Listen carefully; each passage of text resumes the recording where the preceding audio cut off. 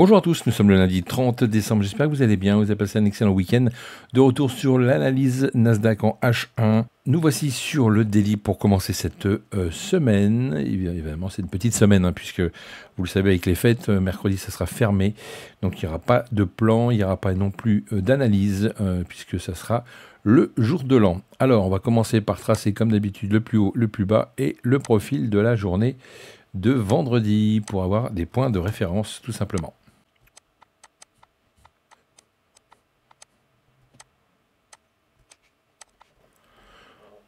Donc voilà pour les supports et les résistances. On va attaquer tout de suite les zones.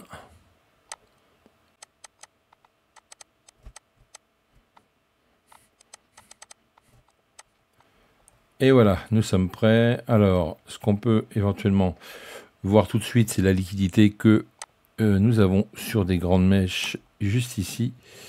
Tout ça, c'est bon à prendre. On va le noter forcément en achat, puisque vous le savez, de ce côté-là, on va pouvoir se positionner et aller chercher de la liquidité pour pouvoir repartir de plus belle. Alors, le scénario numéro 1 que je vois aujourd'hui, ça serait un range entre cette borne-là. D'ailleurs, je vais le tracer également, parce que je ne l'ai pas fait.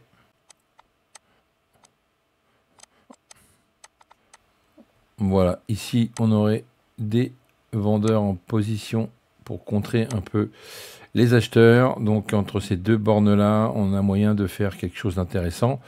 Donc soit on va chercher tout simplement la liquidité ici pour après repartir vers le bas. Voilà, et ensuite repartir tout simplement beaucoup plus haut. Hop, voilà, donc ça c'est une première chose, soit ce scénario là, soit également possibilité ici de retester ce niveau-là. Voilà, avant éventuellement de monter beaucoup plus haut. Voilà, dans les rêves les plus fous, pourquoi pas.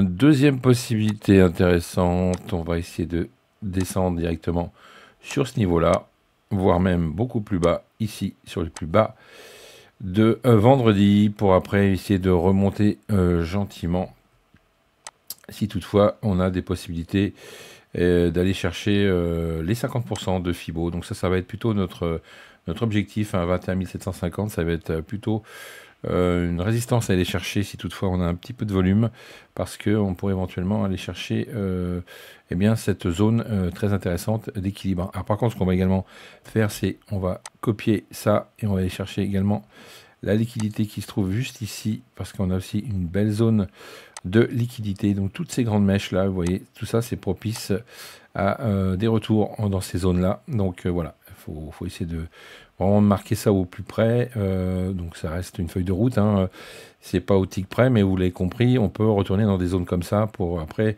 prendre des positions et repartir dans l'autre sens, d'accord. Donc ça c'est vraiment possible à faire. Donc soit un range ici, on repart, on vient tester la liquidité ici, rejet, on revient sur cette zone-là pour repartir et chercher des plus hauts, un retest également sur les 50% de Fibo possible pour remonter beaucoup plus haut, dans une folie furieuse, on ne sait pas. Bon, il n'y a pas de volume, donc je ne pense pas que ça fasse un excès aussi haut, mais pourquoi pas. Sinon, retour sur des plus bas directement, puisqu'il n'y a pas vraiment de volume. En plus, ce matin, on est sous les open, donc pour l'instant, ça reste très vendeur sur le biais de la journée. Et puis, pareil, on pourrait racheter de ce côté-là pour repartir après de plus belle et au moins aller chercher les 50%. Voilà ce que je vois aujourd'hui. Écoutez, on verra ce que ça va donner. Je vous donne rendez-vous demain pour voir le résultat. Et puis, après, ça sera terminé, puisqu'on attaquera le réveillon et puis le jour férié, tout simplement. Ok, passez une bonne journée de trading et puis soyez prudents et patients, puisqu'on est quand même dans un marché d'algo. Allez, ciao. FX Corp Trading.